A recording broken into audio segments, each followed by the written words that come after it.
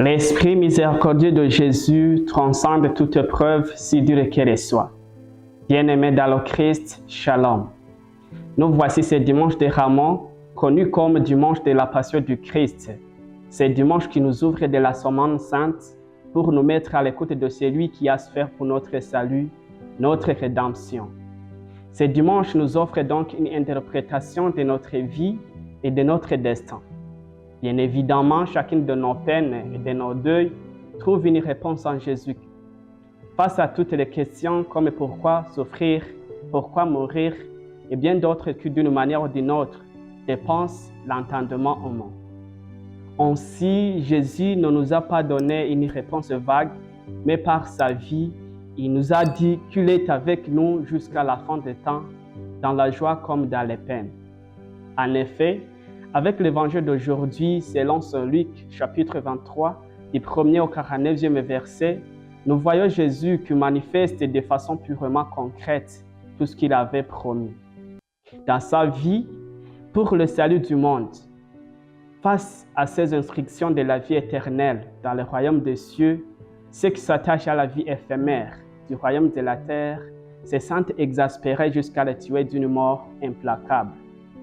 Cependant, sa miséricorde transcende les niveaux que nous pouvons imaginer.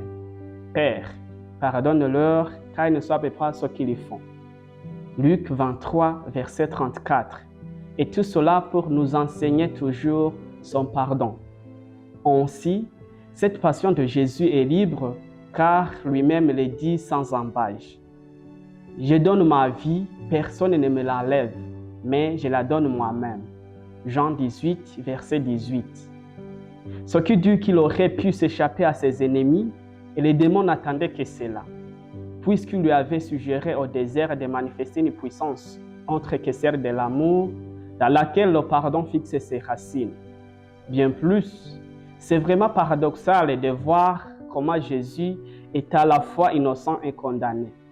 Pire encore, il est livré par les siens, qui vont se faire devant Pilate pour qu'il soit crucifié.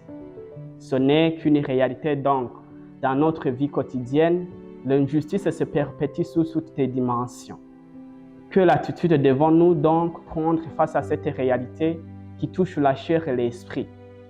Nous pouvons retenir l'attitude de Saint Étienne, le premier martyr, qui a agi en se créant lors de sa lapidation dans les paroles de Jésus en pleine conviction.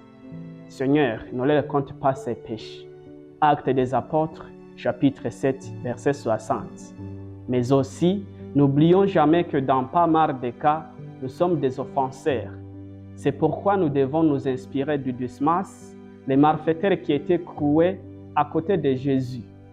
Jésus, souviens-toi de moi quand tu viendras comme roi. Luc 23, 42.